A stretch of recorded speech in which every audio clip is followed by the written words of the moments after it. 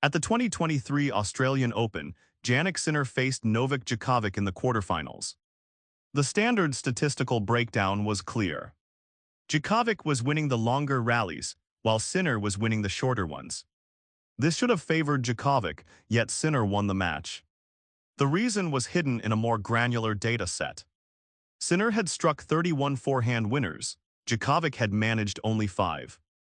In a match between elite baseliners, one specific shot had decided everything. This is not an isolated event. It highlights a fundamental anomaly in modern professional tennis. The serve is the most important shot for winning a single point. The return is the most important shot for breaking an opponent's serve. But the forehand has become the single most dominant factor for winning entire matches in the modern baseline era. It is the shot around which every rally is constructed, every strategy is built, and from which the overwhelming majority of winners are struck. This video begins not with techniques or champions, but with this data. The forehand's statistical supremacy represents a profound shift in the sport's tactical.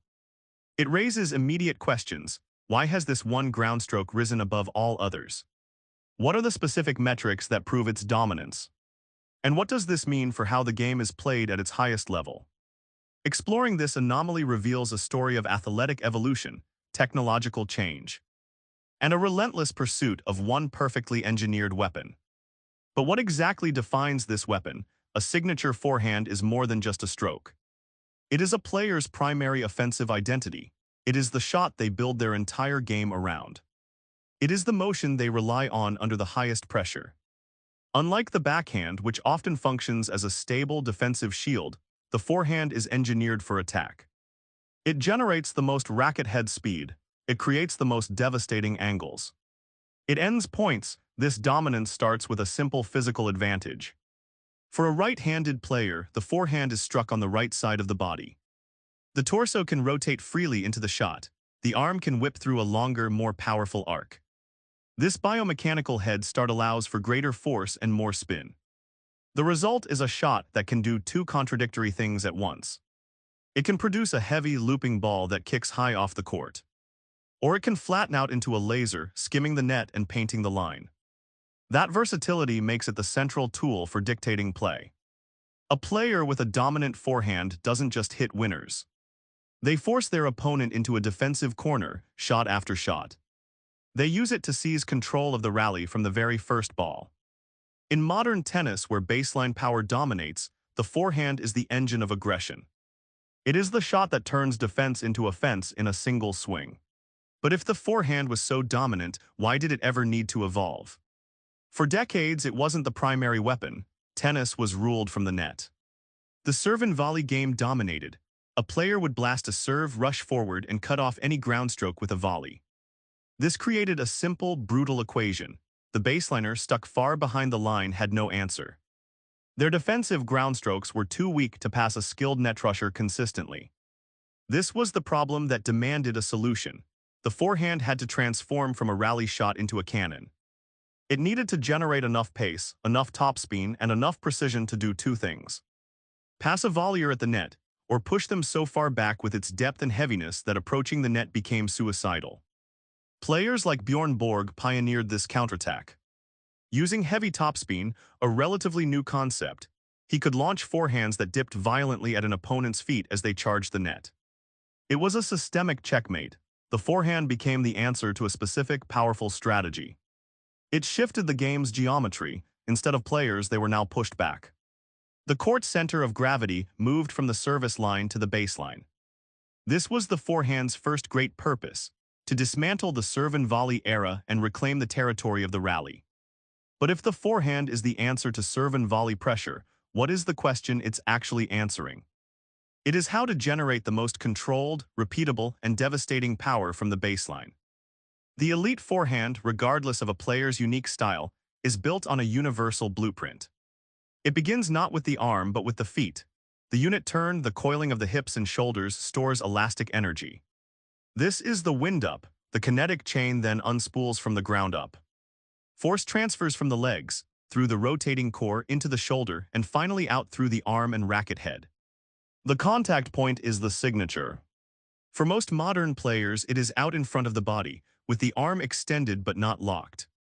This allows for both power and the element of topspin. The windshield wiper finish, where the racket head whips over the ball, is the final gear in the system. It brushes up the back of the ball, generating the heavy, dipping topspin that pulls shots down into the court. The wrist is the final calibrator. A laid-back wrist position at contact, as seen in players like Rafael Nadal, creates a slingshot effect, adding both racket head speed and spin. The entire motion is a study in delayed release. The body builds momentum, and the racket is the last, fastest-moving part in the sequence. It is not a hit, it is a whip, but a mechanical blueprint is not destiny. The same physics that unlocked the modern forehand did not it for everyone equally. Its evolution created clear winners and losers on the professional tour. The primary beneficiary is the aggressive baseliner. For a player like Juan Martín del Potro, the power of the forehand is the entire strategy. His massive high-velocity shots, particularly on the run, are not just weapons. They are systemic tools that erase an opponent's tactical options. The court shrinks for anyone facing him. Rafael Nadal's heavy topspin forehand from the ad court, his banana shot, is a more subtle form of domination. It doesn't just win the point. It engineers a physical disadvantage over time, pinning a right-handed opponent deep and wide until a defensive error is forced. The forehand for these players is not a stroke, it is a form of territorial control. Conversely, the evolution penalized the classic counterpuncher and the pure serve and volleyer. A player like Gilles Simon, who relied on flawless timing and redirection of pace, found the modern game's heavier spin and higher bounce increasingly difficult to handle. The ball kicks up above the strike zone, robbing his flat strokes of their clean connection. For a serve and volley specialist, the risk-reward calculus collapsed. Charging the net against a player like Fernando Verdasco, who could a dipping passing shot with massive topspin from anywhere on the court, became statistically suicidal. The forehand turned the entire baseline into a fortress, making the net a no-man's land. The real losers, however, are players with a technically one-sided game. A dominant forehand paired with a glaringly weaker backhand, like Gael Monfils sometimes displayed, creates a predictable target. Opponents like Novak Djokovic built entire match plans around this asymmetry, relentlessly attacking the weaker wing until the forehand's power is neutralized by sheer court positioning. In the modern game, a signature forehand does not exist in isolation. It is either part of a complete arsenal, or it becomes a liability that smarter opponents will systematically exploit. So the question becomes, how do you measure a weapon? It's not enough to just count winners. The modern game demands a deeper forensic analysis. This is where statistical methodology enters the court. Analysts don't just watch shots, they deconstruct them. Every forehand is tagged with a suite of data points. Its velocity measured in miles per hour by radar. Its spin rate quantified in revolutions per minute. And its precise landing location mapped to specific zones of the court. But raw power is meaningless without context. The metric is shot quality, a complex algorithm developed by companies like TennisViz and Hawkeye. This system assigns a value to every shot based on the speed, spin, depth, and angle, but also critically, the opponent's court position when the ball was struck. A 90-mile-per-hour forehand hit with an opponent out of position is far more valuable than a 100-mile-per-hour blast hit right to them. The most telling data, however, comes from pressure. Analysts track forehand dominance ratios, how many points a player wins with their forehand versus how many they lose with it when the rally goes beyond a certain number of shots. They isolate breakpoint forehands and forehand return performance. This reveals which strokes hold up under stress and which ones statistically crack. The numbers create a fingerprint. They show why a player like Rafael Nadal's heavy topspin forehand generates a consistently high shot quality score, even when it isn't an outright winner. By forcing opponents into weaker and weaker replies, the methodology transforms a highlight reel into a verifiable blueprint for dominance. This statistical measurement reveals a trajectory. The forehand's dominance is not accidental. It is a story written in graphite, carbon fiber, and data. For decades, the serve and volley game ruled. The wooden racket era prized control and touch. A powerful forehand was risky. The small, heavy racket heads offered little margin for error. A player like Rod Laver used his forehand with surgical precision, but outright bludgeoning from the baseline was rare. The equipment simply wouldn't allow it. The shift began in the 1980s. The advent of larger, lighter graphite frames changed the equation. Suddenly, players could swing faster, with more spin, and still keep the ball in play. Ivan Lendl demonstrated this new potential.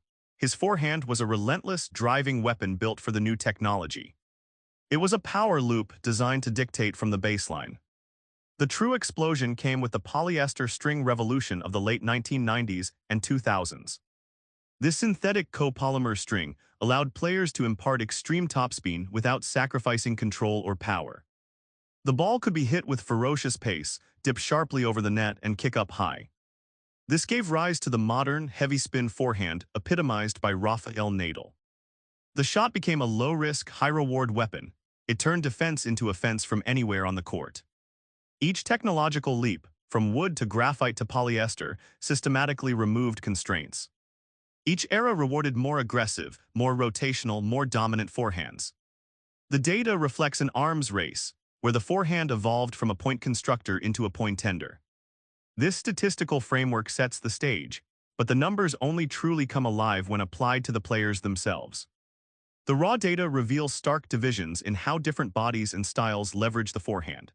Taller players like Alexander Zverev or Daniil Medvedev generate immense leverage in court coverage.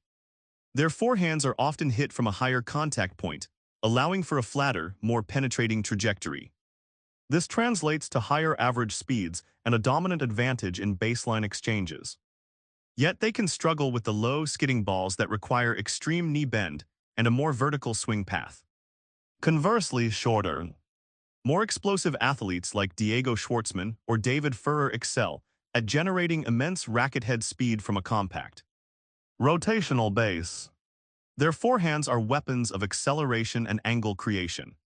Often from inside the court, but they can be overpowered when pushed deep and wide. Playing style dictates forehand function.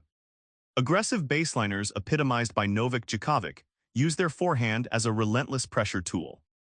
Their statistics show a high percentage of shots hit inside the baseline, aiming to shrink the opponent's time and territory. Defensive counterpunchers, however, deploy the forehand as a stabilizer. Their data reveals deeper average court position, with the forehand used to reset points and absorb pace, waiting for a shorter ball to attack. The modern game ruthlessly quantifies this. A player's physical build and strategic philosophy are not just descriptive traits. They are predictive algorithms for how, when, and where their signature shot will succeed or fail. But if the forehand is a universal weapon, its performance is not. Its effectiveness is a map of geography and terrain. The surface dictates the terms.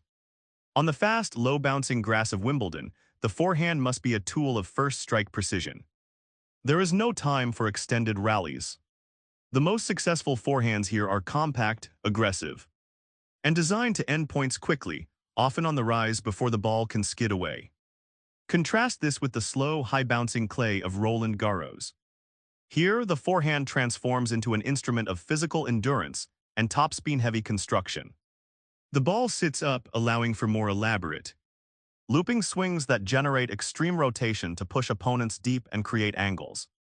Hard courts like those at the US Open or Australian Open offer a middle ground, rewarding a more versatile, all-court forehand capable of both immediate power and sustained, heavy rallies. This environmental pressure shapes entire regional playing styles. Historically, players raised on the slow clay of Europe, particularly Spain and parts of South America, developed forehands built for heavy spin and relentless consistency. Their swings are often longer, with more pronounced Western grips to maximize topspin. Meanwhile, traditional hardcourt and grass-court regions, like Australia or parts of the United States, often fostered a flatter, more aggressive forehand, geared for taking time away and finishing at the net. The data reflects this. A player's forehand winning percentage can fluctuate wildly from one grand slam to the next.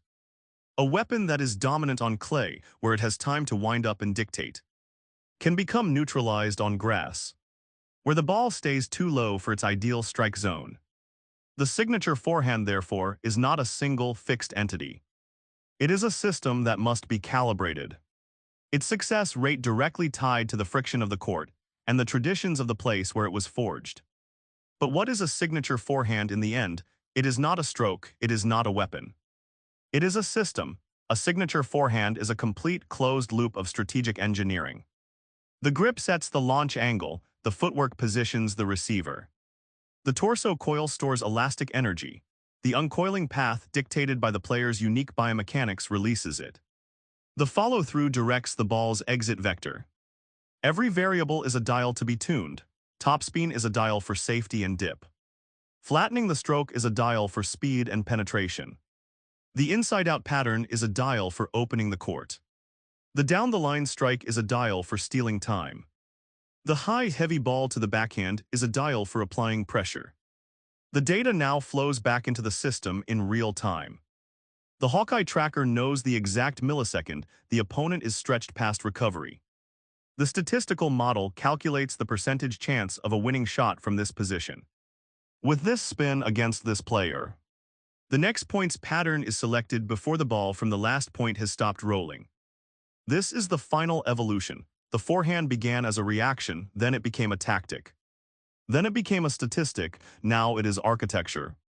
It is a self-reinforcing circuit of physical geometry, predictive analytics, and psychological pressure. It asks one question over and over with mathematical precision. Not can I hit a winner, but how do I engineer the point so that my forehand eventually is the only possible answer. The court is not a battleground. It is a factory floor, and the product is the forced error.